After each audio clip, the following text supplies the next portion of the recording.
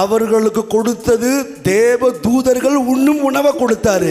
நமக்கு கொடுத்திருக்கிறது தேவனையே கொடுத்திருக்கிறாரு.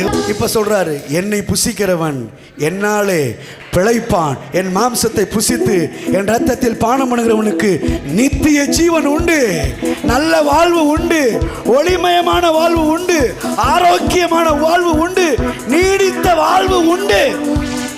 தேவ தூதர்கள் உண்ணும் உணவை உண்டவர்கள் செத்து போயிருக்கலாம், ஆனால் தேவனையே உண்டவர்கள் சாவாமல் பிழைத்திருந்து கர்த்தருடைய செய்கைகளை விவரித்துக் கொண்டே இருக்கலாம். தூதர்கள் உண்ணும் உணவால் உந்தன் ஜனங்களை போஷித்தீரே.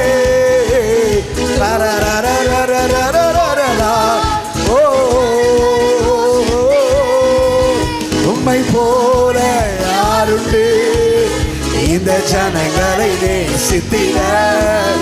உம்மை போல யாருண்டு இந்த ஜனங்களை நேசித்திட?